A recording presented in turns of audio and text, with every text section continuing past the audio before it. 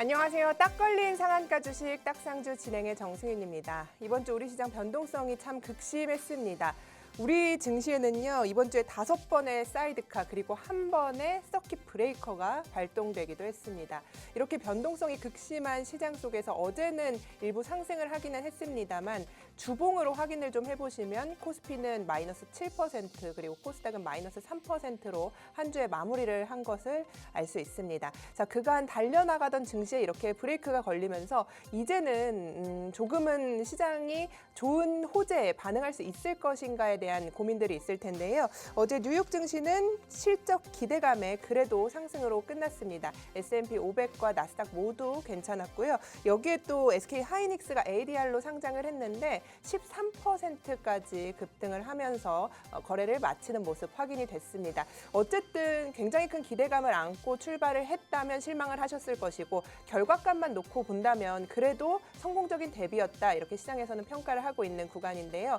다음 주 우리 시장의 눈길은 6월 소비자 물가지수 CPI에 발표가 될 예정이고 미국에 그리고 16일 예정된 한국의 금통위도 예정이 돼 있습니다. 여기서 금리를 올릴 것인가에 대한 향방이 조금 상승으로 지금 무게추가 기울고 있는 가운데 다음 주 우리 시장의 변동성은 어떻게 될 것인가 그리고 그 안에서 우리는 어떤 투자 전략을 이어갈 것인가 이번 주 한 주 정리하면서 다음 주에 대한 미리 전략 챙겨보도록 하겠습니다. 자, 오늘 좋은 전략 주실 두 분의 전문가 소개해드릴게요. 이강민 전문가님 그리고 유세벽 전문가님 모셨습니다. 어서 오세요. 네, 안녕하세요. 반갑습니다.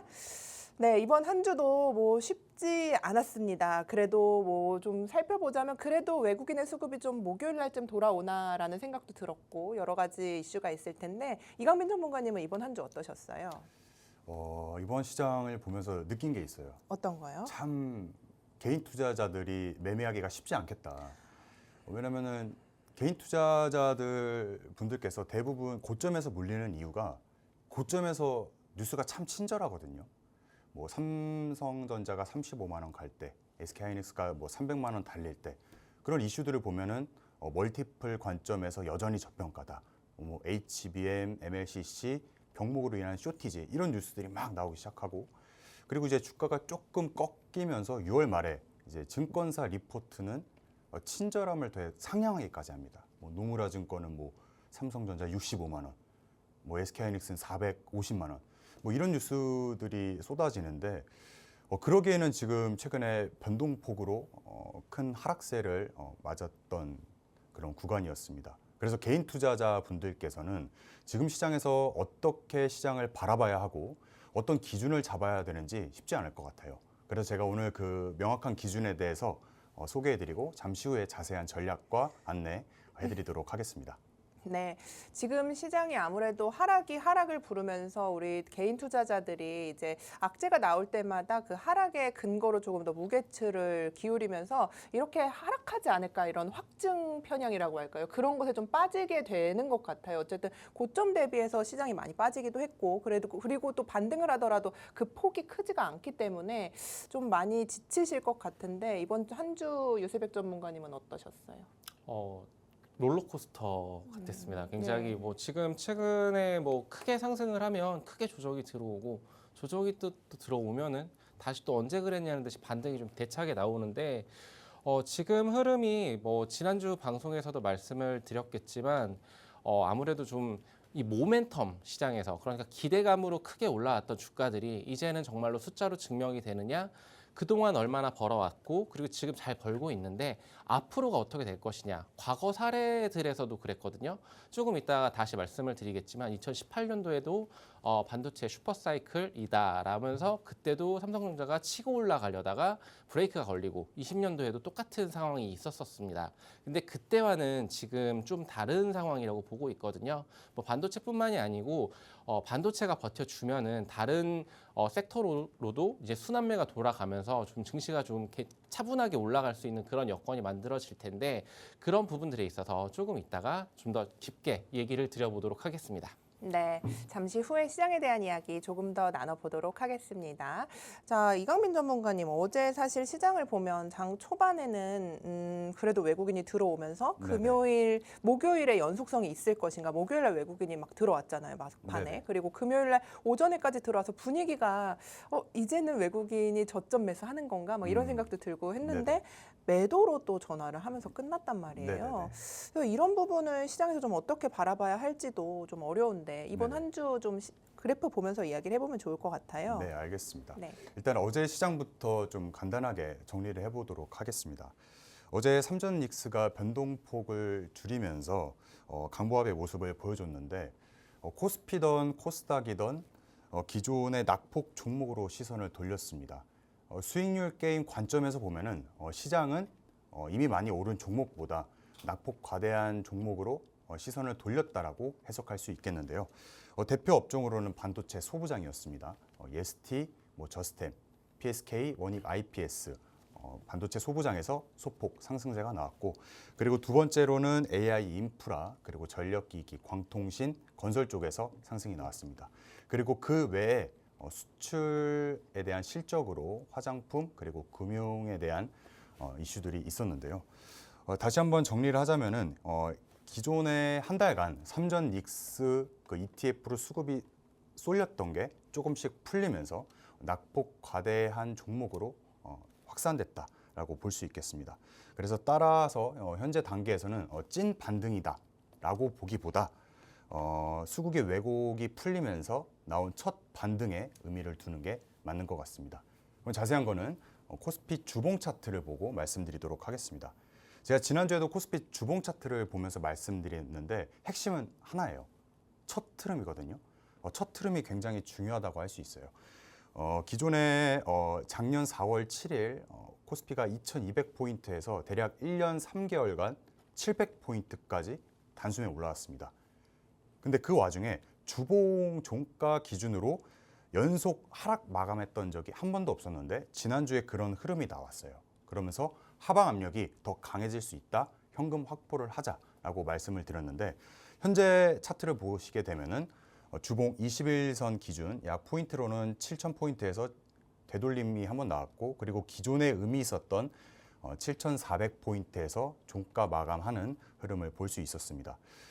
자세한 건 일봉 차트를 보고 말씀드릴게요. 하락 추세죠. 즉 아직까지는 하방 압력이 더 강하다라고 해석을 할 수가 있겠습니다. 그래서 이제 여기서부터 이상적인 이제 차트가 형태가 나오려면 어떤 시그널들을 기대해 볼 수 있냐? 우리가 5월 달부터 계속 지수가 끝없이 오르지만 포모 현상이 왔던 게 사실 5월 달부터 거의 한 3,000포인트 넘게 올랐는데 상승 종목보다 하락 종목이 더 많았단 말이죠. 그러면서 삼전 닉스 그리고 S7 기업으로 수급이 한정되는 그런 모습을 보였는데 지금부터는 좀 체질 개선이 된다라고 한다면은 기존에 있었던 ETF의 자금들이 여러 종목으로 확산되는지를 봐야겠고요. 그리고 어제장에서 올랐던 반도체 소부장 그리고 광통신 이런 것들이 계속 추세가 이어지느냐, 그리고 그런 종목들이 잠시 쉬어갈 때 바이오, 2차 전지, 재생에너지 이쪽으로 또 수급이 확산되는지 여부가 중요하다 볼 수 있겠습니다. 그렇게 되면은 시장은 단기 반등이 아니라 이제부터는 상승의 추세 시도로 읽으면 되겠고, 반대로 거래 대금이 줄고 수급 확산이 되지 않는다면은 어제의 반등은 일시적 반등이라고 해석할 수가 있겠습니다. 그리고 두 번째로 코스닥 일봉 차트입니다. 코스피에 비해서 정말 낙폭 과대를 하는 모습을 볼 수 있는데, 제가 코스피와 코스닥 차트 두 가지를 비교해 보니까 포인트를 제가 두 가지 발견했습니다. 첫 번째로는 코스닥이 코스피 대비 현재 추세 기준선인 21선에 더 가깝다, 가까워지고 있다, 이격도가 줄어들고 있다라고 해석할 수 있는데, 이건 무슨 말이냐면은 약 포인트로 900포인트 되는데 단기적으로 이제 21선을 얼만큼 빨리 붙이느냐, 이게 관건이 되겠고, 그 이후에는 이제 21선이 저항선이 아닌 지지선으로 바뀌는 흐름이 얼마만큼 빨리 나타나느냐, 이 흐름이 중요하겠고요. 그리고 두 번째로는 하락폭입니다. 우리가 지수를 본다라는 거는 객관적 지표를 본다라는 거고, 그리고 그 객관적 지표를 보기 위해서는 이런 폭에 대한 수치로 설명을 드릴 수가 있겠는데, 이 하락폭이 자료화면을 보시면 코로나 때 21선이 꺾이면서 나왔던 하락폭과 굉장히 비슷한 마이너스 35% 정도의 하락폭을 보였는데, 이때 하락을 찍고 V자 반등을 했었죠. 코로나 시기 때는. 그래서 어제 시장에서도 마이너스 35%의 하락이 나오고 기술적 반등으로도 볼 수 있었다라고 해석할 수 있겠습니다. 자, 여기까지 지수를 알아봤고, 그러면 이제 다음 주에 그리고 다다음 주에 있을 매크로 이슈 탑 7을 제가 뽑아왔는데, 여기서 이제 많이 볼 건 없고 제가 크게 두 가지 정도만 압축해 왔는데, 첫 번째로 여러분들이 가장 궁금해하셨던 내용입니다. 사실 주변에서도 친구한테 뭐 가족 지인분들한테 연락을 많이 받았어요. 삼성전자 실적, 잠정 실적 되게 좋게 나왔는데 주가가 왜 빠지는 거냐, 이런 질문들을 드리는데, 사실 어디서도 좀 뭔가 확정된, 그리고 이 현상을 보고 앞으로 어떻게 해석해야 되는지 자세히 나와 있지 않아서 제 생각은 이렇다라고 한번 정리를 해봤는데, 그게 뭐냐면은 이미 좋은 실적이 있을 거라는 예상이 묻어 있기 때문입니다. 이게 무슨 말이냐면, 예상이라는 거는 실적이 발표되기 전에 좋겠지 라면서 주가가 선반영되고, 그리고 실적이 발표가 되면서 주가가 조정이 오고, 그리고 다시 다음 분기에 실적이 발표가 가까워질수록 상승하는 흐름을 보일 것이다라는 게 이제 제가 보는 해석인데, 사실 작년 하반기에도 그렇고 이번 분기에도 그렇고 마이크론, 엔비디아를 보면 같은 현상을 볼 수가 있었습니다. 그래서 삼성전자, SK 하이닉스도 이런 흐름의 연장선으로 이어지지 않을까라고 보는 게 제 해석입니다. 그리고 두 번째로 환율을 뺄 수가 없을 것 같아요. 최근에 대략 1,560원 가까이 붙었다가 SK 하이닉스 ADR 상장이 되면서 잠시 1,500원 부근으로 내려왔는데, 여전히 부담스러운 가격대란 말이죠. 일단은 환율이 오르면은 힘든 건 맞습니다. 왜냐하면 우리나라는 대부분 뭐 에너지 그리고 반도체 장비를 원자재로 수입하죠. 원자재로 수입하면은 기업은 더 많은 돈을 내고 사야 되고, 그 물건은 결국 물가 상승으로 이어집니다.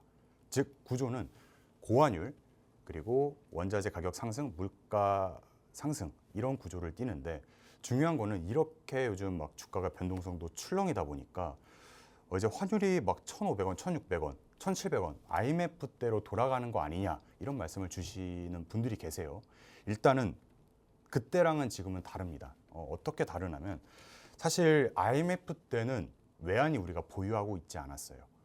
빚을 있으면 달러로 갚아야 되는데 은행, 기업, 나라도 달러가 부족한 현상이 나타난 거죠. 그러면서 기업, 은행, 나라가 이제 점차 어려워지기 시작한 겁니다. 즉 외환의 유동성 위기가 있었다라는 건데, 그때는 우리나라 자체가 펀더멘탈적인 문제가 있었다.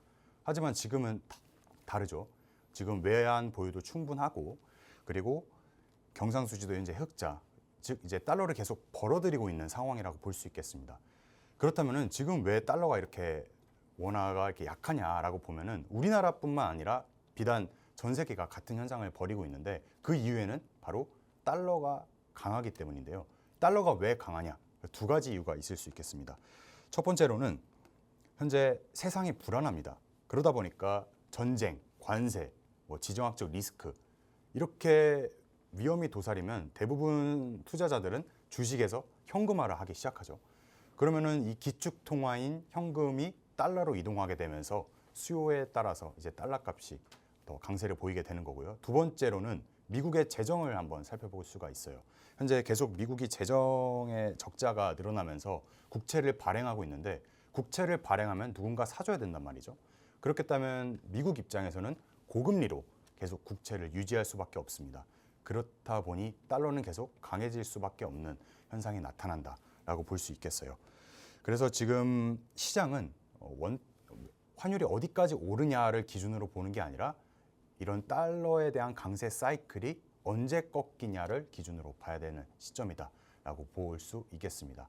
그래서 여기까지 시장에 대한 해석, 그리고 매크로 이슈에 대해서 알아봤는데, 잠시 후에는 그러면 우리가 지금 이러한 국면에서 어떤 업황과 종목을 봐야 되는지 자세히 안내해 드리도록 하겠습니다. 네, 이번 주 시장 분석하면서 잠시 후에 우리는 어떤 종목을 바라봐야 할까라는 고민도 해보도록 하겠습니다. 자, 유세벽 전문가님, 이번 주에는 사실 반도체에 관한 이슈들이 굉장히 많았고, 시장의 분위기가 조금은 바뀌는 것 같은 게, 어쨌든 그 전에는 IT 투톱만 막 갔었잖아요. 그런데 네. 코스닥 종목들도 약간은 들썩이기 시작하는 느낌 받았는데 이게 과연 그렇게 될 것인가 앞으로 이런 것도 중요할 것 같고요. 또 너무 많이 빠졌잖아요. 코스닥은. 그쵸. 네. 근데 코스피도 반등을 못 하고 있단 말이에요. 맞습니다. 그래서 이번 주 속에서 어떤 아이디어 힌트가 있을지도 좀 고민을 해보면 좋을 것 같아요. 어떻게 우리가 전략을 이어가야 될지.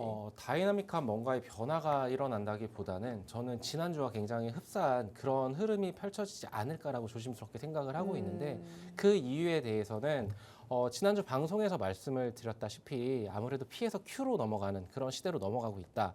투자자들이 조금 현명해지고 있다라는 것들이 좀 느껴지고 있는 게 기존에는 기대감으로 주가들을 끌어올렸다면은 이제는 그 기대감이 앞으로 좀 더 많은 캐펙스 투자라던가 거기에서 실적들이 더 올라갈 것이냐 이런 것들에 대한 퀘스천 마크를 확인하는 검증의 시간으로 넘어가고 있다라고 좀 정리를 드릴 수 있을 것 같은데요. 아무래도 지금 국내 증시를 얘기를 할 때 반도체 그러니까 삼성전자와 하이닉스를 빼고 얘기를 할 수가 없는 부분이 영향력이 너무나 절대적이고 압도적입니다. 그렇기 때문에 지금 반도체의 얘기를 계속 드리려고 하는 것은 아니지만 그래도 미국 시장과는 조금 다른 우리나라 시장 상황상 어쩔 수 없이 이렇게 이쪽 부분이 지지가 되어줘야만 반도체 쪽이 삼성전자, SK 하이닉스가 어느 정도 버텨줘야만 공포 투매 그러니까 공포에 파랗게 질려가지고 던지는 그런 것들이 나타나지 않을 거고요. 또한 지난주 금요일 날 굉장히 바빴을 거예요. 증권가에서는 반대 매매 물량 이런 이슈들도 있었고 ETF 레버리지 이런 이슈들도 있었지만 저는 다른 여러 요인들을 제외하고 여기에 한번 포커싱을 맞춰서 좀 말씀을 드려보도록 할게요. 그래서 지금 저는 이제 반도체를 벌이는 구간이 아니라 지금 실적 지속성을 확인해야 되는 구간이라고 말씀을 드리고 싶은데 확인된 숫자가 굉장히 좋았습니다. 삼성전자 실적이 매출 171조 원 그리고 영업이익 89.4조 원 전년도 대비해서 굉장히 크게 들어가는 어닝 서프라이즈를 보여줬는데 그럼에도 불구하고 주가는 7월 7일 날 무너졌습니다. 굉장히 크게 흔들렸고 외국인들도 크게 이탈을 하는 모습들을 보여줬죠. 근데 핵심은 여기에 있는 것 같아요. 어떤 점이냐라고 했었을 때 트렌드포스에서 3분기 일반 D램 가격이 13에서 18% 가까이 올라간다. 그러니까 2분기 때보다 3분기가 더 좋을 것이고 그리고 낸드 가격이 15% 가까이도 상승할 여력이 있다라고 볼륨을 열어놨습니다. 그렇다라면 2분기 실적 좋았는데 3분기 실적을 궁금해했던 그런 투자자들이 더 좋아질 것이다라는 그런 확신을 좀 가질 수 있는 대목이 되지 않을까라고 생각을 하고 있고 근데 이제 증권가에서도 굉장히 흔들리고 있습니다. 매수 유지냐 아니면은 하향이냐 상향이냐 완전히 의견이 반반 갈리고 있는 상황인데 지금 더 좋아질 수 있느냐 그런 문제인데 과거의 사례에서 한번 말씀을 드려보도록 할게요. 18년도 메모리 슈퍼사이클이 있었습니다. 그때 삼성전자 실적 어마어마했죠. 영업이익 3분기 18년도 영업이익이 17.5조 원으로 당시 기록을 했었습니다. 근데 주가는 그때 미리 선반영을 했다. 항상 그런 식으로 얘기를 하죠. 주가 선반영했고 그 후에는 거기가 피크아웃이다. 라는 논리로 인해서 주가가 미끄러지고 20년도에도 비슷한 논리로 미끄러졌었는데 2년 전, 3년 전에 엔비디아를 한번 생각을 해보시면 어떨까요? 계속 AI 확산 우려, 투자 우려 이런 것들이 지속이 되면서 됨에도 불구하고 지속적으로 엔비디아는 주가를 끌어올려 갔었습니다. 근데 저는 지금 이제 29일, 30일 날 뭐 삼성전자, SK 하이닉스의 실적 발표라던가 이런 이슈들도 굉장히 중요하겠지만 저는 아마존과 그리고 뭐 메타라던가 지금 그런 빅테크들의 캐펙스 투자 이런 부분들에 좀 더 집중을 해봐야 되는 부분들이고 현재와의 차이는 확연한 차이가 있다. 그렇기 때문에 과도한 지금 당장의 매도 전략이라던가 매수 전략, 추격 매수 이런 전략은 좀 유효하지 않다라고 보고 있고요. 그래서 지금 업황이 무너졌다. 반도체가 무너졌고 2차 전지 코스닥 쪽으로 아니면은 뭐 로봇 쪽으로 바이오 쪽으로 지금 매수세가 들어온다 이런 논리는 조금은 아직은 좀 이르지 않을까라고 말씀을 드리고 싶습니다. 그래서 다음 주에 저는 이런 지난주와 마찬가지인 전략인 것 같아요. 결국에 반도체주들이 회복을 해주느냐 미국에서 이런 부분들을 좀 체크를 해봐야 될 것 같고요. 그리고 두 번째로 TSMC 실적, AI 수요 자신감 이런 부분들이 확인이 됐었을 때 결국에는 외국인들이 돌아오느냐. 분명 목요일 날, 금요일 날 들어오는 모습세는 보였지만 이게 정말로 월요일 날 지금 ADR 상장 이슈가 끝났는데 모든 재료들이 이제 소멸을 했는데 그럼 다음 넥스트 스텝을 밟아갈 수 있을 것인지 거기에서 좀 더 확인하는 시간이 좀 필요할 것 같고요. 그래서 지금 박스권 아니면 약간 횡보 추세선이 굉장히 중요할 것 같습니다. 지금 SK 하이닉스와 삼성전자 둘 다 모두 61선 지지 여부를 지금 확인을 해봐야 되는 상황인데 여기가 무너진다면 조금 힘들어질 수는 있죠. 그렇지만 그럼에도 지금 거칠게 표현해서 황소랑 곰이 멱살을 잡고 싸우고 있는 중이다. 그래서 바닥 구간을 지금 확인하는 중이다라고 생각을 하시면 될 것 같고 그래서 항상 그랬습니다. 좋았던 주가, 그랬던 주가들이 항상 여러 이슈들에 의해서 미끄러졌었는데 조정을 받으면 공포가 지나치면은 다시 또 기회가 되곤 합니다. 그렇기 때문에 너무 실망을 하지 마시고 다음 주 찬찬히 좀 돌다리도 두들기면서 건너가듯이 좀 확인하면서 가보시면 좋을 것 같습니다. 네, 좋습니다. 자, 공포 매도도 무리한 추격 매수도 아닌 분할 접근과 확인 매매를 할 때이다. 이렇게 또 시장 대응 방법을 알려주셨는데요. 우리가 이렇게 지금 변동성이 큰 시장 안에서 우리가 중심을 어디로 어떻게 잡고 어떻게 시장을 바라봐야 할까 다양한 전략들, 장중에 많은 이야기들 궁금하실 겁니다. 저희가 방송 중에만 공부방의 문을 활짝 열어놓고 있거든요. 여러분들께서 장중에 많은 정보들 그리고 우리 방송이 1부와 2부로 나눠져 있는데 여기서 더 많은 히든 종목들도 알려드려요. 그래서 공략할 것인지 말 것인지 우리 함께하는 커뮤니티 공간에서만 네 분의 전문가님들이 모여서 전략 주시기 때문에 지금 시청하고 계시다면 함께 하시면서 다양한 전략과 성공 투자 전략들 그리고 많은 정보들 챙겨가시기 바라겠습니다. 잠시 후에 만나보도록 하겠습니다.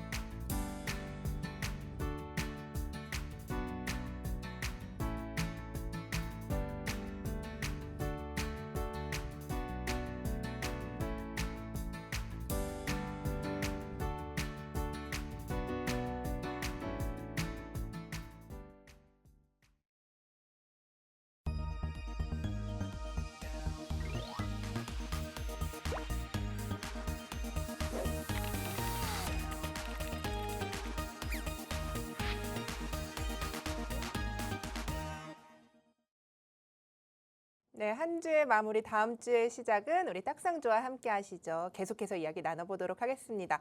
이강민 전문가님, 그래서 우리가 지금 시장은 좀 분석을 해주셨는데 네네. 다음 주에는 어떤 시장을 어떻게 바라봐야 될지 어떤 종목을 좀 바라보면서 우리가 거래를 계속해야 할지 궁금한데요. 네네. 어떤 투자 아이디어 가지고 오셨어요? 그렇죠. 어떻게가 중요하죠. 네. 일단은 먼저 지수 차트를 보고 제가 설명해 드리도록 하겠습니다. 5월 27일 날 단일 종목 ETF 두 배 레버리지가 상품이 출시가 되고 그 이후부터는 6월 19일 날 고점을 찍고 어떠한 악재도 없이 주가가 계속 하락했습니다. 뭐 펀더멘털적인 요소도 아니었고요. 수급에 대한 꼬임에 대한 이슈였는데 이럴 때일수록 우리가 기댈 수 있는 곳이 바로 이 기술적 투자로 접근을 할 수가 있거든요. 근데 중요한 거는 이런 차트를 봐도 내가 어떻게 접근해야 되는지 감이 안 잡힌다라는 거죠. 그래서 제가 드린 말씀은 이렇게 계속 하락을 한다. 그러면은 기존에 해왔던 적립식으로 분할 매수하는 게 아니라 이제 바닥 구간을 확인하고 들어가자라고 말씀을 드렸습니다.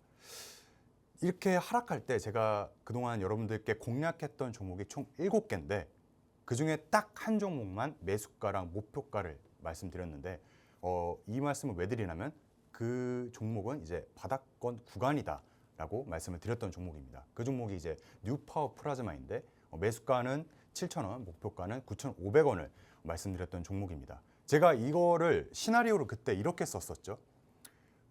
다트 공시에 올라온 교환 사채 그리고 그 잔액을 보고 잔액이 110억이었는데 이제 7,000원으로 교환해준다. 그러면 기업 입장에서는 7,000원 이하로 떨어지게 된다면은 어떻게 해서든지 주가 방어가 올 거다. 그 어떻게 형태는 돈을 쓰든지 아니면 호재를 터뜨려서라도 주가 방어가 올 거다. 그래서 7,000원은 굉장히 저평가된 매력적인 구간이다라고 말씀을 드렸습니다. 자, 한번 차트를 보고 확인해 보면요. 이때 공략 방송이 나갔고 이때부터 이제 7,000원을 지켜주는 흐름. 그리고 마찬가지로 이때 음봉이 떨어지면서 종가 기준 7,130원으로 마감했죠. 근데 다음날 12% 갭이 뜨면서 출발했습니다. 역시나 이런 호재를 터뜨리면서 이제 시나리오가 정확히 맞아 떨어졌던 순간을 확인할 수 있었고 그런 목표가에 대한 근거도 마찬가지예요. 거래량을 보게 되시면은 5월 12일, 13일, 14일, 3일 동안 돈을 썼다.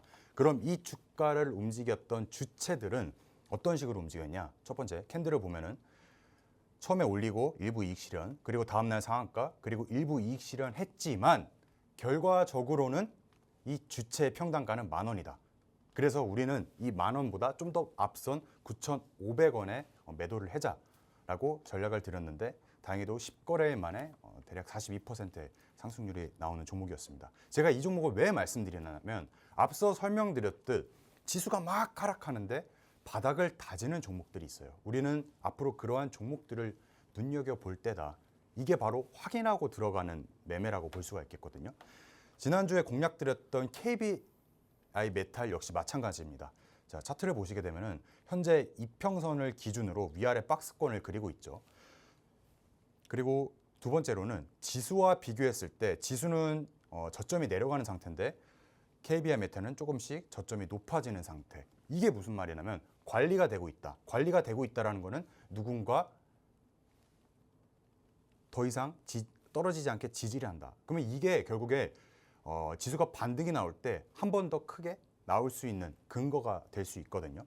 그래서 KBI 메탈에 대해서 다시 한번 말씀드리면은 21선 부근을 앞으로 이제 지지해 주는지 이 부근에서는 1차 매수 그리고 이 박스권을 깨지 않는 흐름이 중요하겠고 강한 흐름이 나올 때는 결국 이 박스권 6,000원을 돌파하면서 거래량이 같이 터져주는 흐름이 나오느냐 이게 중요한 포인트가 되겠습니다. 그리고 세 번째로 살펴볼 건 바로 삼성증권입니다.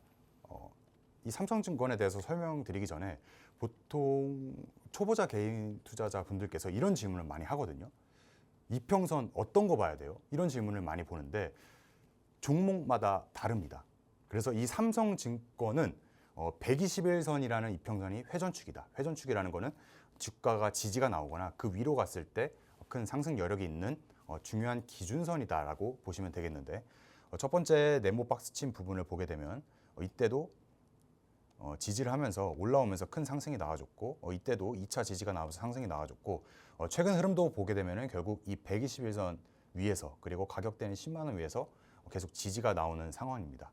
그리고 다시 한번 또 지수와 비교해 보면 지수는 여전히 하락세를 보이고 있는 와중에 삼성증권은 10만 원대와 121선을 지지해 준다는 관점에서 여전히 추세는 견조하다라고 볼 수가 있겠어요.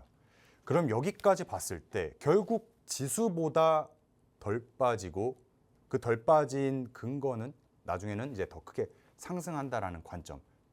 그리고 앞으로 AI 인프라 투자에 관련된 종목들이 뭐가 있나 살펴보니까 오늘 제가 갖고 온 종목은 바로 GS건설입니다. 사실 4월 달에도 한번 공략을 드리고 약 30몇 %의 상승이 나왔는데 지금 타이밍에도 다시 볼만하다. 그 이유는 크게 세 가지가 있을 수 있겠어요. 이제 금리가 올라가면서 사실 건설주가 부담이 되는 건 사실인데 GS건설을 이제는 단순 건설주라고 보기보다 AI 인프라 투자를 확대하는 데이터 센터 관련주로 봐야 될 것 같습니다. 특히 시장에서 언급되는 동해 AI 데이터 센터 규모가 2.4 기가와트 규모인데 2.4 기가와트 규모라고 하면은 사실 체감이 잘 안 되시죠. 이게 어떤 정도냐면 하루 전력량을 단순 환산하면은 일반 가구가 수백만 명이 사용할 수 있는 그런 용량이라고 보시면 되겠습니다. 그래서 단순한 어떤 서비스, 설비 투자가 아니라 도시 전체를 바꿀 수 있을 만한 대규모 그런 이슈다라고 보면 되겠고요. 반면에 리스크도 있습니다. 리스크를 살펴보게 되면 아직 실적이 완전히 좋다라고 할 수는 없을 것 같아요. 지금 2분기 실적은 기대보다 낮을 수가 있겠는데 지금 실적은 완성형 종목이라기보다 앞으로 이제 기대와 그리고 후반형 되는 종목이다라고 볼 수 있겠어요. 그리고 마지막으로 수급을 보게 되시면은 수급 주체가 외국인 기관, 그 중에서 이제 연기금이 대략 200억 이상을 매수하는 흐름을 볼 수가 있겠습니다. 자, 그러면 이게 한 달간의 수급 주체인데 차트를 한번 볼까요? 한 달간의 수급 주체는 차트에서 어떻게 확인할 수 있냐면 20일선을 확인하면 됩니다. 즉 외국인과 기관의 평균 단가는 이 20일선이다라고 보면 되겠어요. 그래서 이 20일선을 깨냐 안 깨냐 이게 중요한 여부가 되겠고, 그리고 두 번째로 GS건설이 큰 상승이 나오기 위한 회전축은 뭐냐? 이 종목은 60일선을 보면 됩니다. 자, 60일선 위에서는 계속 큰 상승이 나오는 흐름인데 60일선이 꺾이니까 어때요? 계속 이 박스권 안에 머물고 있는 흐름이죠. 그래서 이 종목을 내가 매매할 때 어떤 포인트로 접근해야 되냐? 두 가지 방식이 있을 것 같아요. 첫 번째로는 나는 눌림목을 공략하고 싶다. 그러면 20일선에 이제 맞닿았을 때. 근데 예를 들어 월요일 날 바로 갑자기 어느 정도 갭이 뜨고 상승할 수 있잖아요. 그때는 단순 추격 매수하기보다 상승 이후에 리테스트 구간, 즉 60일선과 20일선이 맞닿는 그 지점에서 눌림목 공략을 해야 된다라고 말씀드릴 수 있겠습니다. 네, 좋습니다. GS건설까지 이렇게 다음 주에 공략할 만한 종목으로 체크를 해드렸는데요. 다 자세한 장중의 전략은 저희 함께하는 커뮤니티 공간에서 확인하실 수 있으니까요. 이 부분 참고해 보시기 바라겠습니다. 자, 우리 유세벽 전문가님 종목들도 좀 이야기를 해봐야 되는데 네. 어쨌든 지난주에 다시 한번 전기 전력 쪽으로 좀 시장이 매기가 쏠리는 것 같더라고요. 네. 그래서 좀 이쪽에 대한 전략들도 필요할 것 같은데 지난주에 종목 LS 일렉트릭 이야기 해주셨는데 다시 한번 강조해 주시는 거죠? 네, 공약을 지난주에 첫 방송을 시작하면서 제가 가장 좋아하고 자신 있는 그쪽 분야에 대해서 좀 말씀을 드렸던 것 같습니다. 지금 뭐 전력주들이 뭐 HD 현대일렉트릭이라던가 효성중공업 그리고 LS 일렉트릭 뭐 여러 이 대장주들이 힘을 사실은 못 쓰고 있습니다. 그리고 이제 시장이 지난주에 굉장히 많이 요동치다 보니 주가 흐름을 보게 되면은 굉장히 실망스러우셨을 거예요. 그렇지만 이 종목이 가지고 있는 펀더멘탈이 흔들리느냐? 그건 아니다. 가지고 있는 기초 체력이 굉장히 튼튼한 종목이니만큼 또한 그거에 맞게 실적으로서 숫자로서 증명을 할 수 있는 기업이니만큼 우리가 공략을 해볼 수 있겠다라고 말씀을 드렸는데 그 가격대가 정확하게 20만 원대였습니다. 근데 수요일 날 무너졌죠. 뭐 대부분의 종목들이 주요 지지 라인들을 무너뜨리면서 이렇게 흔들리는 모습들을 보여줬었는데 거짓말 같게도 여기가 왜 중요한 자리냐라고 했었을 때 피보나치 조정대로 딱 그어 보면은 주가가 올라왔었던 5만 원 부근에서부터 그 최고가였던 34만 7천 원까지 그어봤었을 때 정확하게 50% 라인을 보여주고 있습니다. 근데 그 라인이 수요일 날에는 목요일 날에는 저는 이거는 살짝 오버해서 언더슈팅이 나왔다라고 좀 보고 있고요. 그래서 이 20만 원이 지켜졌습니다. 금요일 날 종가 기준으로는 20만 원 위에 지금 올라타 있는 종가 형성을 하고 있는 모습인데 이 종목들이 이제 실적 발표들을 앞두고 있죠. 그리고 여기에서 아까도 말씀을 드렸다시피 아마존이라던가 아니면은 알파벳이라던가 여기에서 캐펙스 투자들이 줄어드는 것이 아니고 늘어난다는 그런 그 전망들이 나오고 있습니다. 실제로 그렇게 진행이 되고 있고요. 그리고 이제 원전 같은 경우에도 지금 얘기가 조금씩 스물스물 나오고 있는데 지금 뭐 전남 쪽에 그 투자 같은 이런 이슈들이 있는데 거기에서 분명히 수혜를 받는 종목들이 확연하게 눈에 보이거든요. 이런 종목들을 지금 눈여겨봐야 되는 시점이지 않나라고 보고 있고요. 그래서 저는 20만 원이라는 이 가격대를 지켜준다라는 전제 조건으로 정고점을 향해서 다시 한번 튀어오를 수 있는 반도체들이 버텨주면 이 종목 또한 올라갈 수 있는 종목이니 공략을 해볼 수 있겠다라고 말씀을 좀 드리고 싶습니다. 그리고 이어서 좀 말씀을 드려보도록 할게요. 지금 하나 시스템 얘기를 안 드릴 수가 없을 것 같은데 지난주 금요일 날 그 말씀을 드렸던 것 같아요. 방산의 두뇌 눈이다라고 말씀을 드렸는데 추세를 보게 되면은 지난 3월부터 계속적으로 하락 추세를 벗어나지 못하는 그런 모습세를 보여주곤 있지만 저는 이제 금요일 날 추천을 드린 다음 날 월요일 날 굉장히 크게 급상승을 했었습니다. 아무래도 화요일 날 캐나다 그 하나오션 이슈가 있었었기 때문에 그 이슈로 인해서 굉장히 그 관심을 받았다가 같이 함께 밀리지 않았나라고 보고 있는데 그 이슈가 소멸이 됐어요. 근데 제가 봤었던 가격대는 정확하게 7만 원 가격대를 지켜주느냐였었는데 LS 일렉트릭과 마찬가지로 하나 시스템도 무너졌습니다. 무너진 건 무너진 거였고 그렇지만 저는 분할로 접근을 충분히 해볼 수 있는 종목들이다라고 말씀을 드리고 싶은 게 방산 또한 지금 실적으로서 지금 7월 달은 실적 시즌이잖아요. 숫자로서 증명을 할 수 있느냐를 봤었을 때 그리고 지금 하나오션이 잠수함 거기 사업에서 지금 우선 협상권에 지금 밀렸는데 완전히 철수를 했다라고도 볼 수가 있겠지만 앞으로 남아있는 6개국이 더 남아있습니다. 제가 알기로는 사우디도 있고 이집트도 있고 이런 수주들이 언제 터질지 모르는 그런 상황 속에서 하나 시스템이라는 이 펀더멘탈이 튼튼한 이런 종목들이 지금 크게 흔들릴 것이냐 반도체 다음으로 반도체가 버티면 그 다음 순환매가 돌아가는 것은 조선, 방산 혹은 원전으로도 갈 수가 있을 것이다. 전력기기 당연히 말할 것도 없을 것 같고요. 그래서 저는 이 두 섹터 내에서 이 두 종목을 탑티어로 보고 있고 그래서 저는 공략을 지금 시점에도 충분히 해볼 종목들이다라고 정리를 해드리도록 하겠습니다. 네. 유세벽 전문가님은 LS 일렉트릭과 함께 하나 시스템에 대한 이야기 해주셨는데요. 우리가 방송에서 공개를 해드리고 모든 종목을 두 분의 전문가님께서 공략을 하시지는 않아요. 그래서 이 종목들을 공개를 해드리고 함께하는 커뮤니티 공간에서 어떻게 내가 공략을 하겠다라는 사인을 주시거든요. 그래서 여러분들께서 이 종목들 관심이 있으시고 다음 주 전략도 궁금하다 하시면 이쪽에 함께 하시게 되면 이 종목들에 대한 자세한 전략 받아보실 수 있고요. 또 잠시 후에 저희가 히든 종목 준비가 돼 있는데 이 종목명도 공개를 여기서만 해드리니까요. 이 부분까지 참고해 보시기 바라겠습니다. 자, 이강민 전문가님, 앞서서 얘기해 주신 그 종목들 AS도 해주셨고 우리가 어떤 종목을 바라봐야 할지도 GS건설 좋게 생각을 좀 한다 이야기를 해주셨는데 히든주도 남아 있어요. 그렇죠? 네. 히든주를 말씀드리기 전에 방금 유세벽 전문가님이 보여줬던 그런 종목들이 생기신 것만큼이나 참 매력이 있는 것 같아요.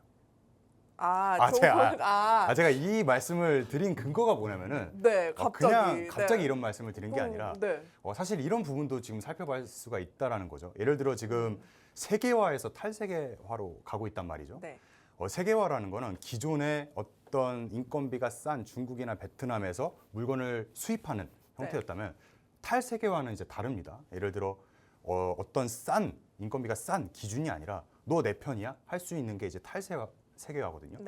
이렇게 되면서 이제 미국이 무역에 대해서 중국은 어느 정도 배제하기 시작하면서 우리나라도 분명히 반사 이익을 봤던 업황들이 있단 말이죠. 그게 이제 대표적으로 전력기기, 조선 그리고 이제 원전 그런 쪽이었는데 그런 거 방산 이쪽이었는데 길게 보면은 저런 그 종목들도 저도 이제 충분히 갈 수 있을 거라고 같은 생각이기 때문에 이런 말씀을 드린 거고요. 괜히 갑자기 저 사랑 고백하시는 줄 알았잖아요. 받아주실 거예요. 어떻게? 당황했습니다. 그렇죠. 아니 당황하실까봐. 그렇죠. 아니 너무 사랑을 많이 주시는 것 같아요. 우리 전문가님께서 지난주부터 나오셨잖아요. 그래가지고 이제 이쪽에 계시는 우리 전문가님들께서 계속 러브콜을 좀 보내시는 것 같은데 수급이 많이 들어오시네요. 안 받아주시는 것 같은데 약간 너무 당황해서 제가 뭐라고 말을 이어가야 될지 지금 그럼 안 받아주시면은 바로 히든주로 넘어가도록 하겠습니다. 네, 알겠습니다. 그래서 오늘 그러면은 이제 본론으로 돌아와서 오늘 히든주는 반도체 관련주입니다. 제가 이 종목을 가져온 이유는 이제 크게 세 가지 포인트인데요. 삼성 파운드리 그리고 글로벌 AI 반도체 기업향 에이직 설계 계약 그리고 앞으로 실적, 턴어라운드 기대감 이렇게 세 가지 포인트로 잡아봤습니다. 일단 이 회사는 디자인 하우스인데요. 삼성 파운드리 쪽에서 AI 반도체 수주가 늘어나면은 그 수주를 실제 생산 단계로 연결하는 과정에서 이 회사가 역할이 커질 수 있다. 즉 삼성 파운드리 회복 기대가 생길 때마다 앞으로 관찰해야 되는 종목이다라고 볼 수 있겠습니다. 그리고 이제 단순 기대만 있는 게 아니라 최근에 좋은 성적도 거뒀는데 대략 296억 규모의 에이직 설계 계약도 확인이 됐습니다. 이거는 AI 테마다 이렇게 바라보는 게 아니라 앞으로 반도체 설계가 의미 있는 실적 회복이라고 볼 수 있겠습니다. 그래서 이제 결론적으로 차트를 보시게 되면은 차트는 아직까지는 매력적인 포인트라고 볼 수는 없어요. 그 이유는 역배열에서 올라오는 종목입니다. 역배열에서 올라온다라는 종목은 계속 위에서 압력이 이게 누르는 거죠. 올라오면 팔고 올라오면 팔고 그러면서 매도 압력이 생기다 보니까 역배열의 종목은 제가 그동안 이제 공략해 드렸던 적이 없는 것 같은데 처음으로 갖고 올라왔습니다. 자, 그 이유는 뭐냐면 앞서 설명드렸듯 우리가 지수가 빠질 때 어딘가에서는 이제 저점이 형성되거나 혹은 더 빨리 튀어오르는 종목으로 순간 포착을 하자고 말씀을 드렸어요. 그래서 이 순간 포착 첫 흐름이 나온 게 이 히든주다라고 볼 수 있겠습니다. 예를 들어 지수는 계속 하락을 하는데 최근에 반등세가 이어지고 있다라고 볼 수가 있겠어요. 다만 올라가는 형태를 보면 굉장히 변동폭이 큽니다.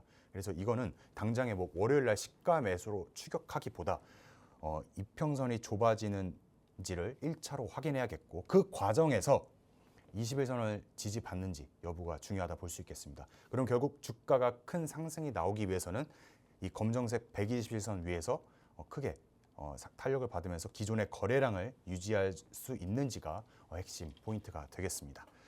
그래서 히든주 안내는 여기까지 해드리도록 하겠습니다. 네, 히든 종목 차트 보여드렸는데요. 이 종목 공략해보고 싶다, 이 종목이 뭔지 궁금하다 하시는 분들은요. 우리 공부방에 들어오시면 이 종목에 대한 이야기 자세하게 더 많은 정보들 정리해드릴 테니까요. 함께 보시기 바라겠습니다. 자, 유세벽 전문가님도 히든주 가지고 오셨어요. 그렇죠? 네, 네. 가지고 왔는데 상당히 망설였습니다. 사실 네. 지금 시장에서 아까 제가 말했던 거와 반대되게 지금 히든주를 드린다라고 했었을 때 좀 고민을 했어요. 이게 맞는 것인가라고 했었을 때 그럼에도 지금 시장에서 모르고 계시는 분들도 있을 것 같아요. 이쪽은 지금 너무나 뜨겁습니다. 신고가 경신이 들어갔어요. 이쪽 섹터가. 뭔지 알 것 같네요. 갑자기. 네, 알 것 같은데. 네. 네. 근데 지금 실적이 제대로 확인을 해주는 그런 대형주라고 말씀을 먼저 드리겠고요. 지금 당장에 들어가자라고 말씀을 드리는 게 아닙니다. 그리고 지금 반도체에서 빠진 이 자금의 순환매 후보이기도 하고요. 그쪽 섹터이기도 하고요. 그리고 주주 환원에 굉장히 적극적이다라고 했었을 때 투자자로서 굉장히 매력적인 그런 섹터라고 볼 수가 있을 것 같습니다. 그래서 실제로 미국에서도 그 반도체 다음으로 순환매가 돌았던 섹터이기도 하고요. 금융, 다른 쪽으로도 쭉쭉 밀고 들어갔었던 그런 섹터인데 증권가도 실적 개선을 굉장히 높이 평가를 하고 있습니다. 그래서 증권사 상향 리포트들도 지금 조금씩 나오고 있는 상황이고 물론 리포트들이 나온다고 해서 무조건 주가가 간다라고 말씀을 드리는 건 아니지만 그래도 긍정적인 에너지는 받을 수 있다라고 말씀을 드리겠고요. 근데 이제 리스크 요인도 분명히 존재를 합니다. 그렇기 때문에 어느 시점에 어느 타이밍에 들어갈 것이냐 이것이 가장 중요할 것 같은데요. 최근 주가 상승 속도가 굉장히 무서웠고 빠른 점이 이 리스크 요인이 되지 않을까 싶고요. 그래서 이제 월요일 날 분명히 좀 갭을 띄우고 상승을 하지 않을까라고 예상이 되는 가운데 지금 추격 매수를 하겠다 아니면 그렇게 해보자라고 말씀을 드리는 건 아니고 눌림목에서 분할 접근으로서 수익을 어느 정도 챙겨갈 볼 수 있는 그런 종목이다라고 좀 안내를 드리고요. 그래서 이 히든주 같은 경우에는 지금 계속적으로 이 섹터 전반적으로 기관에서 러브콜을 보내고 있는 상황입니다. 7월 1일자 기준으로 봤었을 때 전부 다 빨갛게 물들어 있는 그런 섹터라고 좀 정리를 해드리면서 마무리 짓도록 하겠습니다. 네, 히든 종목 지금 추격 매수가 아니라 눌림목에서 공략하겠다. 다음 주에 기회를 준다면 이 종목에 대한 공략을 하시겠다 이야기를 했습니다. 그리고 이쪽이 좀 주목을 받지 어쨌든 시장에선 지금 워낙 반도체가 주류를 이루고 있기 때문에 우리가 잘 모를 수도 있다 이야기를 해주셨어요. 그래서 여러분들이 이 종목에 대한 힌트 그리고 다음 주에 어떻게 이 종목에 대한 이야기 이어갈지 궁금하시다면 커뮤니티 공간에서 확인해 보시기 바라겠습니다. 자, 다음 주에 대한 전략도 좀 알아봐야 되는데 이강민 전문가님. 네네. 하이닉스가 어쨌든 SK 하이닉스가 나스닥에 상장을 성공적으로 했어요. 네네네. 그래서 변동성이 좀 크기는 합니다만 그래도 네네. 한국보다 높은 가격에 책정이 되고 거래가 됐는데 네네. 그게 이제 이것이 어쨌든 기업에는 선순환 구조로 분명히 이어지겠지만 네. 단기적으로 주가에 우리 시장에 어떻게 영향을 미칠지는 조금 시나리오가 필요할 것 같아요. 네네네. 그러니까 계속해서 이 IT 투톱으로 어쨌든 쏠림이 이어질 수밖에 없는 구조 속에서 우리는 네네. 단기적으로 좀 어떻게 전략을 가져가야 할지 하이닉스에 대한 전망 어떻게 보세요? 네, 일단 제가 생각하는 하이닉스는 아무래도 이제 ADR 상장이 이뤄지면서 어떤 괴리율에 대한 그러면 폭이 좀 높아졌다 낮았다 하면서 단기적인 변동성은 충분히 있을 거라고 생각합니다. 하지만 이제 그러면은 이제 하이닉스가 저점을 다지고 이제 크게 이제 상승하는 그런 촉매제는 무엇이냐 생각했을 때 두 가지 포인트가 있는 것 같아요. 앞서 설명드렸듯 이제 실적이 발표되기 전에 오르고 그리고 실적이 발표되면 세론이 나오는 이런 사이클에 접어들고 있고 즉 다음 이제 분기 발표가 가까워지면은 이제 그때 추가적인 상승 촉매제 1번이라 생각하고 이제 두 번째로는 ADR을 상장하면서 신규 상장을 했단 말이죠. 보통 ADR을 상장할 때는 두 가지 형태가 있는데 신규 자금 주주 자금으로 하느냐 아니면 이 회사의 돈으로 하느냐인데 지금 신규 자금으로 이제 예탁을 맡기면서 주주 희석 가치가 있는 거 아니냐 이런 이슈들이 나오고 있습니다. 그래서 이런 이슈들을 이제 기업 입장에서는 그래도 이제 새로 이제 외화가 들어오는 만큼 이제 더 긍정적이다라고 말하는 게 기업 입장인데 결과적으로는 앞으로 주주 환원 가치가 어느 정도 될 건지 이게 중요한 요소가 되겠습니다. 그래서 실적 다음 분기에 실적이 얼만큼 가까워지는지와 그리고 이제 SK 하이닉스가 주주 환원을 구체적으로 얼만큼 어떻게 하겠다 이런 요소가 이제 좋게 맞물릴 때 다시 한번 큰 촉매로 상승하지 않을까라는 게 이제 제 관점입니다. 네, 좋습니다. SK 하이닉스에 대한 이야기 들어봤고요. 유세벽 전문가님, 아까 그 이제 하이닉스가 ADR에 상장하면서 네. 그 재료 소멸에 대한 이야기를 좀 해주셨는데요. 어쨌든 실적 시즌이고 뉴욕에서도 실적에 대한 기대감이 어느 정도 있는 상황이긴 하잖아요. 네. 그런데 우리 시장이 이렇게 빠질 때 사실 펀더멘털이 변한 것은 없는데 수급적인 이슈에 의해서 계속 빠지고 있단 말이에요. 기관이 받치고 있긴 합니다만 상승폭이 크진 않으니까 우리가 수급의 다음 주 포인트를 좀 맞추면서 바라본다면 어떤 수급의 변화에 좀 유의하면서 시장을 대응해야 될지 이런 것도 좀 궁금해요. 지금 굉장히 좀 어려운 질문인 것 같은데 네. 수급에 집중을 해야 되는 것도 맞습니다. 근데 네. 지금 투자자들이 이렇게 생각을 하는 것 같아요. 지금 메모리 기대감으로 아까도 올라왔다고 말씀을 드렸잖아요. 네. 그럼 출하량, 이제 판매량이 어떻게 될 거야? 이라고 했었을 때 가격이 더 올라간다고 했습니다. 그러면은 지금은 어떻게 보면은 바닥 다지기 중이지 않나라고 저는 조심스럽게 생각을 하고 있고 네. 여기에서 바닥이 어느 정도 확인이 된다. 그러니까 아까도 말씀드렸다시피 미국에서 캐펙스 투자, 아마존이랑 그 알파벳 여기에서 지금 7,800억 달러 지금 기준으로는 그렇습니다. 근데 네. 200억 달러 더 늘어난다? 이런 소식들이 계속 있어요. 네. 그러면은 AI에 대한 확신이 선다라고 했었을 때는 삼성전자, SK 하이닉스가 과연 여기에서 주가가 그만두고 올라가지 않겠나 내려가겠나라고 했었을 때 저는 상승 쪽에 무게추를 달고 싶고요. 네. 그렇기 때문에 지금 어느 정도는 바닥 다지기 중이고 외국인들의 수급 여기에서 뭐 레버리지 ETF의 이슈도 있고 상장 이슈가 끝났다라고 했었을 때 재료 소멸 이후에는 어느 정도 소강 상태를 보였다 다시 한번 재차 튀어오르는 V자 반등을 좀 많이 보여줬는데 이 시나리오가 빠를 수도 있고 좀 늦어질 수도 있겠지만 그 흐름 속에서 이제 추세가 아직은 확실하게 무너지진 않았다. 단기적으로는 조정이 들어온 건 맞습니다. SK 하이닉스 차트 보면은 61선 터치하고 지금 살짝 올라오려고 하는 모습을 보여주고 있어요. 삼성전자는 살짝 무너졌다가 지금 어느 정도 지지를 해주려고 하는 그런 흐름들을 보여주고 있는데 이 바닥을 확인하는 순간 다시 한번 어느 정도 시간 매물 소화 과정을 지켜주면서 올라갈 흐름들을 보이지 않겠나라고 조심스럽게 생각하고 있습니다. 네, 좋습니다. 자, 지금은 바닥 따지기 구간이니까 이런 부분 체크하면서 다음 주도 대응 잘 해보자 이야기를 해주셨고요. 우리 두 분의 전문가님들 이제 보내드려야 하는데 여러분들께서 우리 장중에 함께 할 수 있는 공부방 마련되어 있으니까요. 많은 참여 기다리고 있도록 하겠습니다. 본 방송에서 제공하는 투자 정보는 투자 판단에 대한 조언일 뿐 해당 종목의 가치 상승 하락을 보장하지는 않습니다. 저희는 2부도 꽉 찬 소식으로 준비가 되어 있습니다. 여러분 잠시만 채널 고정해주세요. 고맙습니다.